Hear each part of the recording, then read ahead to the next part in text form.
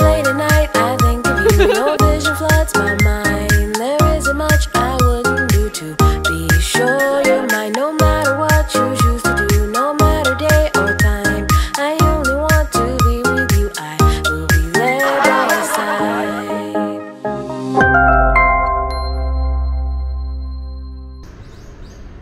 Sáng hôm nay, cả đoàn dậy sớm, trả phòng và chuẩn bị hành lý để quay lại tỉnh Fukushima. Trước khi rời khỏi thủ đô Tokyo, thì đoàn sẽ ghé thăm đền thờ Thiên Hoàng Minh Trị. Khi đến khuôn viên của đền thờ, mọi người sẽ thấy toàn bộ khu vực được bao quanh bởi khu rừng xanh tốt ngay giữa trung tâm Tokyo. Ở đây có hơn 100.000 cây được quyên tặng từ khắp nơi trên đất nước Nhật Bản. Ngôi đền thần đạo này là nơi dành riêng cho Thiên Hoàng Minh Trị và Hoàng hậu Soken.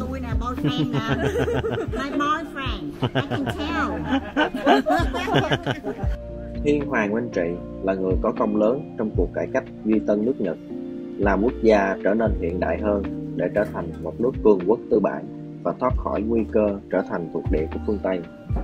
Mặc dù rất đông khách du lịch và người dân địa phương ghé thăm, nhưng nơi đây vẫn giữ được bầu không khí yên tĩnh và thanh bình.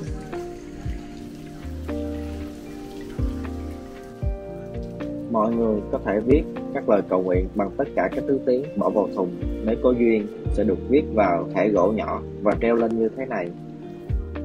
Thẻ gỗ nhỏ được biết với tên là Ema, là sự kết hợp của E là bức tranh và Uma là con ngựa. Vì ngôi đền rất linh thiêng nên khu vực bên trong không cho phép chụp hình và quay phim. Mọi người xếp hàng để đến lượt cầu nguyện mọi thứ tốt lành cho gia đình và người thân. Khi ra về thì mình thấy cảnh tượng rất đặc biệt của các em còn rất nhỏ đi dã ngoại ở đây. Đi ra ngoài không? Nói vậy đó, đi lang thang từ sáng tới chiều. Từ sáng tới chiều. Gọi là gì anh chị? Dã ngoại. Mà dã ngoại từ lúc mẫu giáo cho tới 9 năm, lớp 9.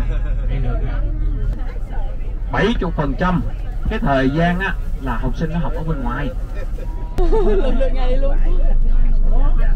Rồi anh chị nè, các anh chị. Rời khỏi thành phố Tokyo, đoàn sẽ di chuyển đến tỉnh Ibaraki để tham quan tượng Phật Uchiku Daibutsu.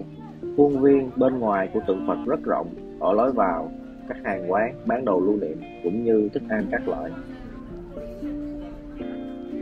Di chuyển qua các lối đi, các bạn sẽ thấy thấp thoáng tượng Phật từ đằng xa.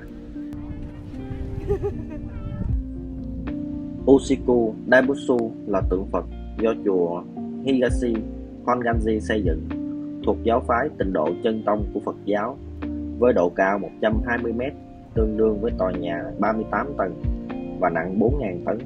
Đây là một trong những bức tượng Phật lớn nhất thế giới. Bước vào khuôn viên của bức tượng là một khu vườn trải rộng 10.000 m², thể hiện khung cảnh Tịnh độ trong Phật giáo. Cầu luôn, vừa gõ vừa cầu đó mới lên. Con cầu hả? Cầu luôn. Gõ trước cầu sau.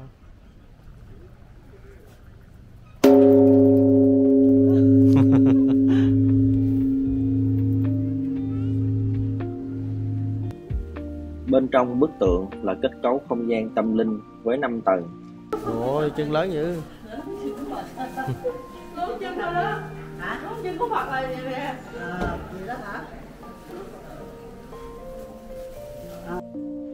Ở đây có thang máy nên mọi người có thể dễ dàng di chuyển tham quan các khu vực ở bên trong.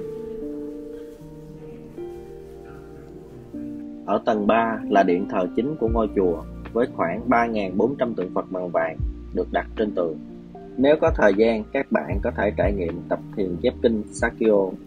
Khi cẩn thận chép lại từng chữ trong kinh, người ta cho rằng ước nguyện của mình sẽ trở thành hiện thực. Tụi mình di chuyển ra khu vực bên ngoài, dạo quanh khu này với cảnh sắc thiên nhiên phong phú. Khuôn viên vườn kiểu Nhật, truyền thống rực rỡ đủ loại hoa nở theo mùa. Rời khỏi điểm tham quan này, đoàn mình tiếp tục di chuyển về điểm ăn trưa ở gần đây.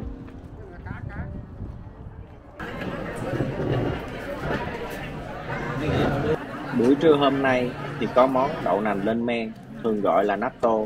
Món này thật sự rất khó ăn.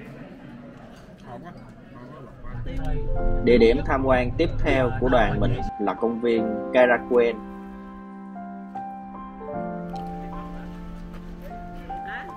Ngoài công viên Karakuen thì khu vực rộng lớn này còn có hồ Senba, tháp nghệ thuật và bảo tàng. Để lên được công viên Karakuen, mọi người phải leo lên các bậc thang cao và dốc. Trong khuôn viên của công viên có một ngôi đền thần đạo là Tokiwa Jinja, ngôi đền nhỏ nhưng rất đẹp. Ở phía bên phải ngôi đền có nhiều cổng torii màu đỏ xếp thành hàng rất đặc trưng. Tụi mình di chuyển tiếp đến khu vực chính của công viên. Công viên này được trồng tới 3.000 cây mơ đào. Mình đi không đúng vào dịp hoa nở, nhưng nếu bạn có cơ hội ghé công viên này vào đúng mùa hoa thì công viên sẽ rực rỡ như thế này. Vì đi không đúng dịp mùa hoa nên tụi mình đi qua khu vực nhìn ra hồ và công viên Senba để ngắm cảnh, ngắm các đoàn tàu qua lại.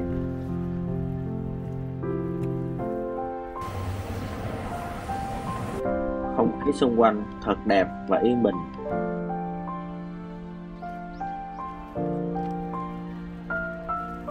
Các bạn cũng nên đi xuống các cầu thang dọc các lối đi, sẽ có nhiều góc chụp hình rất đẹp. Rồi công viên, đoàn mình di chuyển thẳng về khách sạn ở Fukushima. Khách sạn này chào đón đoàn mình rất nhiệt tình. Đoàn ăn tối buffet ở trong khách sạn. Ở đây có rất nhiều món, đặc biệt là có cả sushi. Nếu các bạn muốn trải nghiệm tắm onsen thì trong khách sạn này cũng có sẵn luôn nha. Ở khách sạn này còn có không gian để uống trà kiểu Nhật. Còn đây là quang cảnh buổi sáng, nhìn ra toàn cảnh miền quê. Nếu đi vào dịp mùa đông, các bạn có thể trải nghiệm trượt tuyết ngay trong khuôn viên của khách sạn. Hôm nay đoàn sẽ tham quan địa điểm đầu tiên là làng cổ Ochijuku. Những cái nhà mà mái tranh trong này đều là quán trọ thời đó, còn dạ bảo tồn cho tới ngày hôm nay anh chị ha. Bao quanh ngôi làng nhỏ là đồi núi. Khi đi sâu dần vào bên trong, các bạn sẽ thấy các kiến trúc cổ bắt đầu xuất hiện.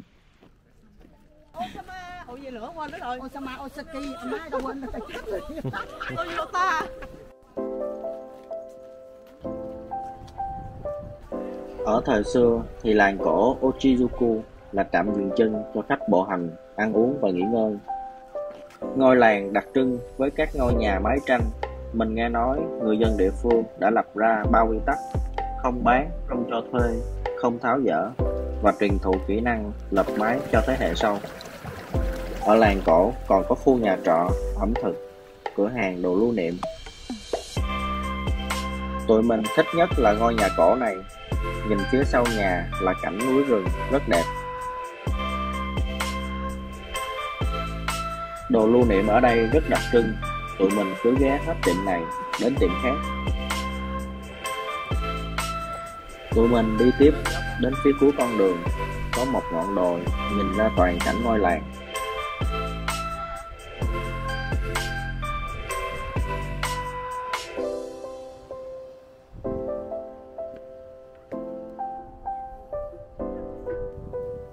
Quang cảnh ngôi làng từ trên cao dần hiện ra. Làng cổ Ochijuku lọt thỏm giữa núi đồi thật đẹp và nên thơ. Vì mải mê ngắm cảnh mà tụi mình quên cả giờ ra xe. 5.000 chia ra 10 đứa. Địa điểm tham quan tiếp theo của đoàn mình là thành hạt trắng. Lối vào tòa thành có các tiểu cảnh cho mọi người chụp hình cũng như chỗ bán đồ lưu niệm. Ở lối đi chính thì độ rộng đường đi chỉ vừa khoảng 2 xe ô tô qua lại. Bao quanh lâu đài là tường đá kiên cố, có hào nước sâu bao bọc xung quanh. Để vào được bên trong, mọi người phải đi bộ qua các con đường uốn lượn ở giữa các lớp thành bằng đá. Thành hạt trắng được xây dựng vào thế kỷ 15 và là một trong những thành trì cuối cùng của samurai. Vào năm 1868 đến năm 1869 thì thành đã bị công phá và đã gánh chịu những tổn thất nặng nề. Khi kết thúc cuộc chiến, những công trình kiến trúc của lâu đài đã bị bỏ mặc và dần bị phá hủy. ngoại đâu? Em đâu? Kể từ năm 1965, để ghi nhớ một trang lịch sử hào hùng nên tòa thành đã được phục dựng bằng xi măng. Từ đó, lâu đài trải qua nhiều lần trùng tu.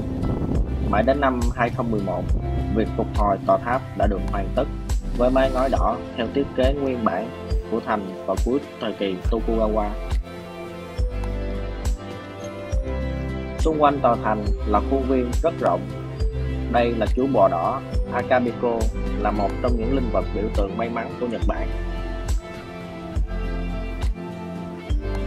Ở thành này còn nổi tiếng với kem matcha, các bạn cũng nên mua để ăn thử.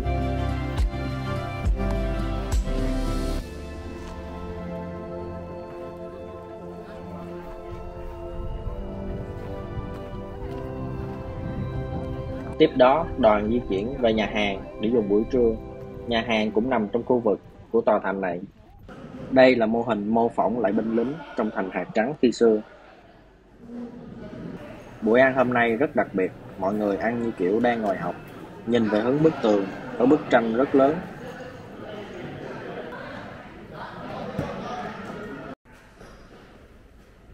Ở trước toilet thì có treo tiểu sử các câu nói của các tướng samurai, nhân vật tiêu biểu khi xưa ở Nhật.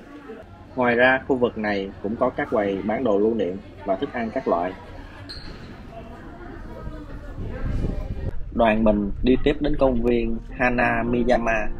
Ai cũng hy vọng được nhìn thấy hàng ngàn cây hoa anh đào, vì nếu lỡ hẹn thì không biết đến khi nào mới có cơ hội được. Biết được nhu cầu ngắm hoa của đoàn mình, anh hướng dẫn viên chỉ mọi người quẹo một con hẻm nhỏ để lên núi. Kêu bạn bè đồ này nó đó. Dạ. Biết chi không? Follow cho em. Dạ. Khi nhìn thấy từng hàng cây hoa anh đào dần xuất hiện, đoàn mình ai cũng háo hức và vui vẻ. Mọi người cứ chụp hình rồi lại leo lên các vị trí cao hơn để thưởng hoa. Công viên Hanamiyama ban đầu do các nông dân xây dựng vào năm 1936. Họ dọn dẹp khu rừng ở phía trước khu đất của họ và trồng hoa. Sau một thời gian dài, khu đất trở nên xinh đẹp và mọi người bắt đầu kéo đến. Và sau đó, đến năm 1959, công viên đã mở cửa cho công chúng với cái tên Hanamiyama, hay là núi ngắm hoa. As time goes by with you, as time goes by with you.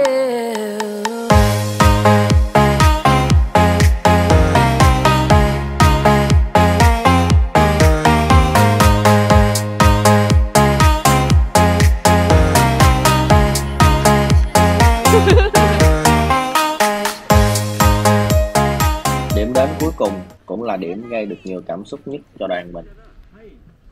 Khi ra đến xe thì mình nhìn ngắm lại một vòng khu vực công viên tuyệt đẹp này.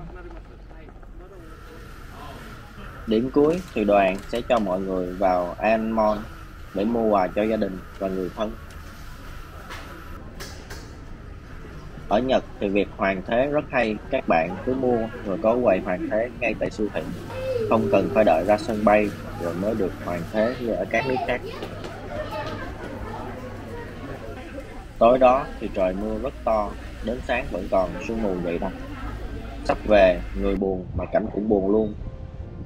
Đoàn ra sân bay về lại Việt Nam, mọi người trong đoàn gửi cho nhau những cái ôm chào tạm biệt. Cảm ơn Viettravel đã gắn kết mọi người lại với nhau, và tất nhiên được gặp và làm quen với mọi người sẽ là một phần không thể thiếu trong kỷ niệm về chuyến đi Nhật Bản lần này. Cuộc vui nào rồi thì nó cũng phải tàn, và gặp gỡ nào rồi thì nó cũng phải chia tay. Chào tạm biệt và hẹn gặp lại mọi người trong những chuyến hành trình khác của gia đình mình.